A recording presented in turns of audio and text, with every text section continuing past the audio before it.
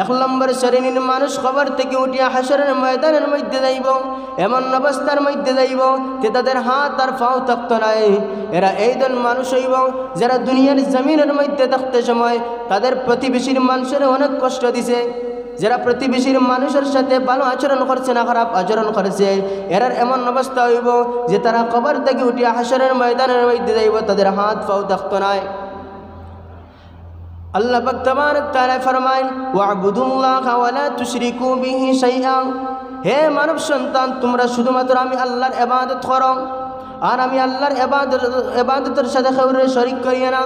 ওয়াবিল ওয়ালিদাইনি ইহসানা, আর মা বাবার সাথে ভালো আচরণ করো। ওয়াবিদিল কুরবা, আর প্রতিবেশীর সাথে ভালো আচরণ করো।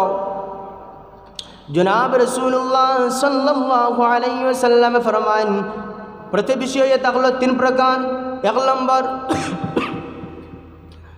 এক নম্বর ও প্রতিবেশী যার তোমার উপরে তিনটা হক আছে, যদি তুমি তার খেয়াল রাখো তাহলে তিনটা হক আদায় করলাই।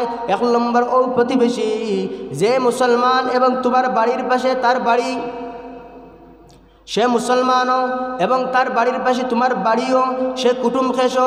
এখন যদি কোনো মানুষ দিতে হয় এই প্রতিবেশীর খেয়াল নিয়াল রাখে, এই প্রতিবেশীর ইজ্জত দিতে হয়, খানি কুনি খাবাই এই প্রতিবেশীরে, তাহলে সে তিনটা সওয়াবের বাগি হইব। এক নম্বর সওয়াব পাইব প্রতিবেশী হিসাবে, দুই নম্বর সওয়াব পাইব কুটুম খেস হিসাবে, তিন নম্বর সওয়াব পাইব মুসলমান হিসাবে।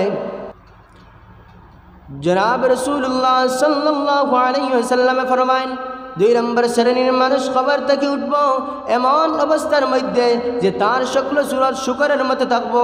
এরা এই দল মানুষ হইব যারা দুনিয়ার জমিনের মধ্যে থাকতে সময় নামাজ পড়িতে নাই, নামাজের মধ্যে গাফলত করেছে, টাইম মতো নামাজ আদায় করেছে না, এক ওয়াক্ত পড়িছে আর এক ওয়াক্ত ছাড়িছে। আল্লাহ পাক তাবারক তাআলা ফরমায় ফাওয়াইলুল লিল মুসাল্লিন আল্লাযীনা হুম আন সালাতিহিম সাহুন।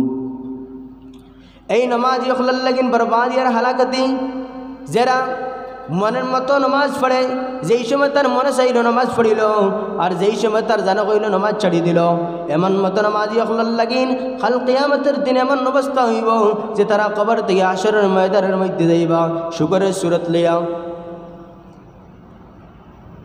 তিন নম্বর শ্রেণীর মানুষ কবর থেকে উঠব এমন অবস্থার মধ্যে যে তাদের পেটটা পাহাড়ের মতো মোটা হইব আর এই পেটের মধ্যে সাপ বিচ্ছু ভরা থাকবো।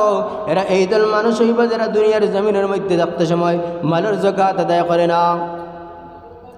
আজকে সে মালের যাকাত আদায় করেন না, এইটা ভাবেন যে মালের যাকাত আদায় না করলে আমার মালের মধ্যে বাড়ুতরি হইব, আমার মাল বেশ বেশ করি হইব। কিন্তু এইটা হয়ে থাকলে তার ভুল ধারণা। এই মালটা যেটা জমা করিয়ে রাখেন তার ব্যাংকের মধ্যে অ্যাকাউন্টের মধ্যে জমা করিয়ে রাখে, তার মাল বাড়াইবার লাগিন কাল কিয়ামতের দিন আল্লাহ পাক তাবারক তাআলা এই মালটা সাপ বানায় তার গলার মধ্যে ডালিবা। আর এই সাপে কইব আমি হয়ে থাকলাম তোমার মাল, যেই মালটা তুমি জমা করি রাখলাই। ৪ নম্বর শ্রেণীর মানুষ কবর থেকে উঠব এমন অবস্থার মধ্যে যে তার মুখ থেকে রক্ত বাইর হইতে থাকব। এরা এই দল মানুষ হইব যারা দুনিয়ার জমিনের মধ্যে থাকতে সময় আল্লাহ পাক তাবারক তাআলার সাথে